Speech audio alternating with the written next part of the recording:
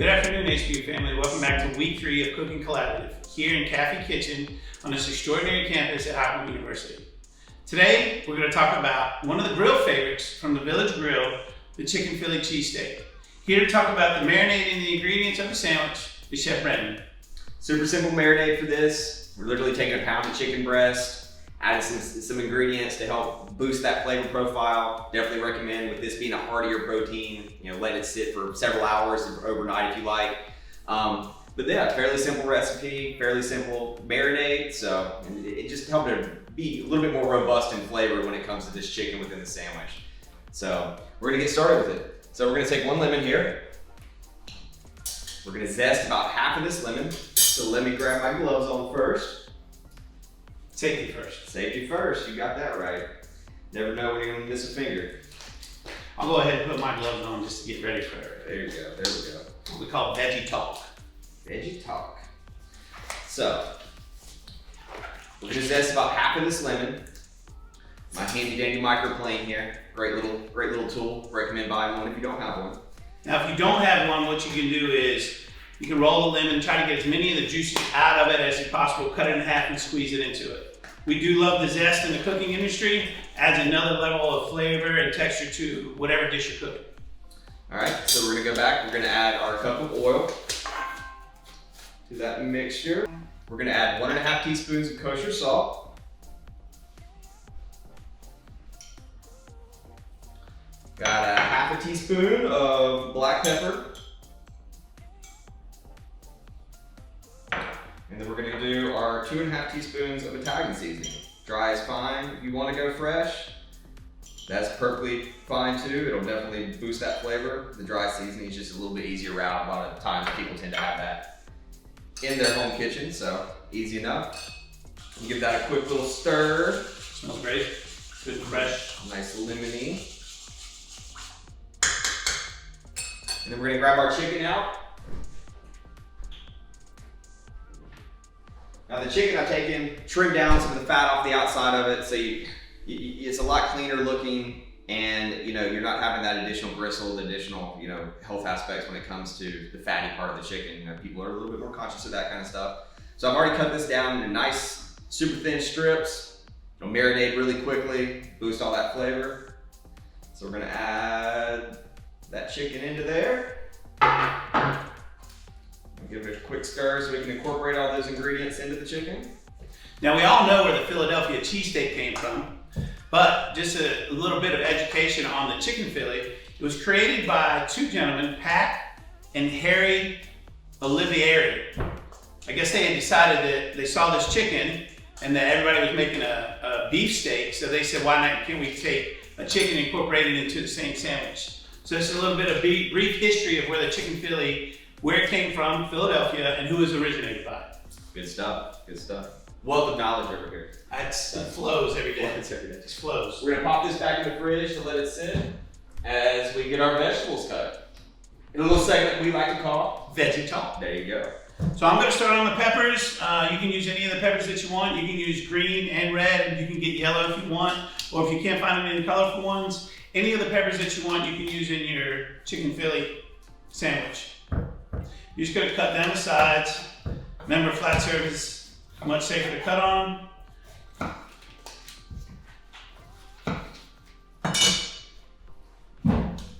Throw some red in here for some good color.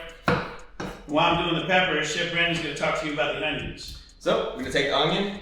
Once again, as Jeremy said, safety first. So we're gonna trim the top off there. We'll take it, split it all the way down in half. So then we got that nice flat surface once again to work on. So we got a little bit of scarring on there. Not too bad. Should be fine for once you get it cooked. Now when you cut your peppers, you want to cut them in nice thin strips so they cook up evenly. 1, 2, they're going to have a little bit of bite to them when you bite into your chicken Philly. In the cooking process, you don't want them to cook them all the way through to where they're just soggy. Nobody likes a soggy pepper. You want to have a little crunch in there as well. Very true. So we're gonna make horizontal cuts one way and then vertical cuts another way with the onion. Do kind of a medium to large dice on that.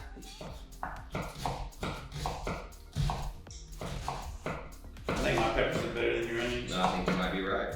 You've been practicing at home. Can't help it. right, now that all of our ingredients are prepped and ready to go, we're gonna go ahead and get the chicken cooked off and start with assembling the sandwich. So I'm excited about this, chef. Who doesn't love a good sandwich? It's true, it's true. So we're gonna add 3-4 tablespoons of oil. Keep that chicken from sticking.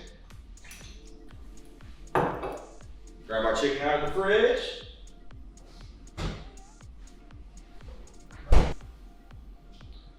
Now we're gonna add our chicken.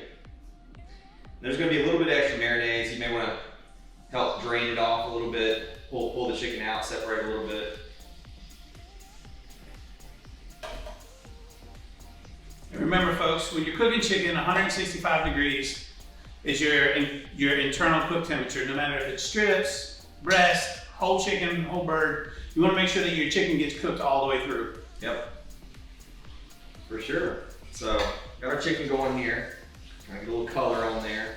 Definitely smell that lemon zest and the Italian seasoning starting to come out a little bit as far as the smells go in our kitchen here. Hopefully you will have the same. Bring all the kids from upstairs down with the smell circulate through the house, that's for sure. I know I made that salmon dish this past weekend and my girls came running downstairs wondering where all those good flavors and smells are coming from. So. Talking about the salmon, we hope that you enjoyed last week's episode with the teriyaki glazed salmon over the cucumber with sweet chili sauce. It's one of my favorites, one of my household favorites, one of the favorites here on campus. And don't forget, you guys cook it, you make it, please share it with us on the Facebook. We'd love to see what you guys are making at home. As well as suggestions on other things you'd like to see from around campus. We have a couple ideas that we're floating in and out, and we've gotten some great ideas from you as well, but please keep them coming. We'd love to entertain all those. Yeah, that's why we're cooking the chicken Philly today, is that we had a request, I believe from a dad who wanted to make a chicken Philly for his daughter from the Village Grill, so we're gonna go ahead and make that today. So if you guys wanna see something else, please let us know. We will definitely get it in there and show you how to make what we call our favorites on campus. All right, now that we've got the color on that chicken a little bit, we're gonna go ahead and add our onions to the mix.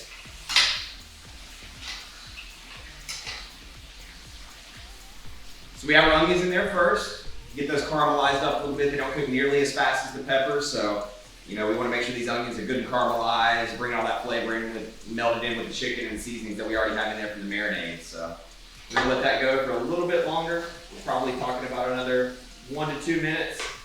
You want to start seeing some, didn't mean to cut you off, Chef. You want to start seeing a little bit of color on your onions as well as your chicken. That's the good indicator that you're getting to that point where you need to add your peppers to the pan. All right, so now we have a little bit of color on our chicken. Onions are starting to cook and become a little bit more translucent. We're gonna go ahead and add our peppers to the mix. There we go. And a lot of color going through there. Smells wonderful. All right, so while Chef Brandon's getting the ingredients cooked in the pan, what I'm going to start doing to be of assistance today, we're going to get the bread ready for the sandwich and the cheese. Now, today we have these wonderful subs from Manhattan Bakery, where we get all of our bread locally, baked fresh every day. You can use any kind of sub roll that you want. Honestly, it's up to you. It's your favorite. We have a couple different kinds here. We have a whole, like a multi-grain sub roll, and then we have your typical white, everyday sub roll here that we're going to use. Now, you can use your favorite kind of cheese. We're going to use provolone cheese today. Now, when I do it, I like cheese. If anybody can't tell, we're going to put cheese on the bottom. We're going to put 3 layers of cheese on the bottom of it, so that way, this is like you're making a little bed for all those great ingredients. So you're going to get it in there, and that's going to help melt some of the cheese. And then before we put it in the oven, once we get all the ingredients inside these wonderful beds of cheese and bread, we're going to add a couple more pieces of cheese to the top to give it that good melty cheese all the way through. That way you get cheese in every single bite. Oh yeah. What we're going to do, once the ingredients are done cooking, we're going to put them in the bread. We're going to finish it in the oven for 3 or 4 minutes on 375 degrees, or until your cheese is melted to what you prefer. Some people like the cheese to brown a little bit, give you a little crunch to it. It's all up to you on how you enjoy your own sandwich. Yep, we're giving you the tools to start getting it accomplished, but definitely put your spin on it. That's what cooking's all about. All right, now that everything's cooked, we are going to go ahead and get the sandwich assembled. You have nice color on the chicken, some color on the peppers and onions. We're gonna go ahead and get these guys built and in the oven. I got your bread ready for you, Chef. Thank you, boss. I appreciate it. Oh, that's amazing.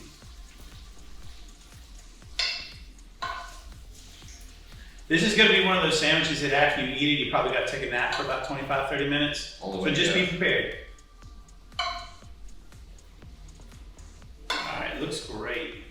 Now after you push that on, remember what I said, folks, we're going to put some more cheese on top of this. 2 more slices on top. 2 more slices of this nice aged provolone.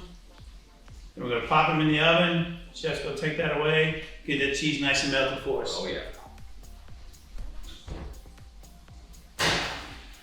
So our sandwich has been in the oven close to 3.5, 4 minutes at this point in time. 375, should be good to go. Let's take a look. I'm excited. Oh yeah. So you got the melted cheese, good to go. It's wonderful, Chef. So we're gonna take these guys. We have the whole wheat bun here. Now what you can do with this sandwich, you can enjoy it with your favorite sides. Obviously you can do French fries, you can do any kinds of chips. We're gonna enjoy ours today with what we call some spring vegetable chips. They are called Wicked Crisp. It's a local company out of Greensboro, North Carolina.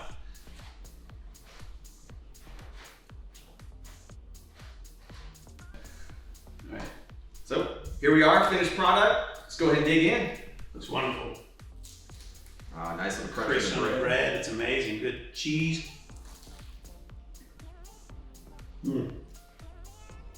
That's an amazing sandwich. That reminds me. It's probably why we won this. Not too far off. Not too far off. Wonderful stuff, Chef. Great marinade. Can really taste the lemon, the Italian seasonings. Peppers are nice and sweet in there. Good melted cheese. Got a lot of layers of flavor in there. You guys are gonna be the envy of your house. Enjoy making this sandwich at home. Get your family involved, and I hope you guys enjoy it. Make sure you send us a picture of it. I'd love to see it on our Facebook channel. Appreciate you joining us again this afternoon for Kitchen Collaborative. Thank you so much.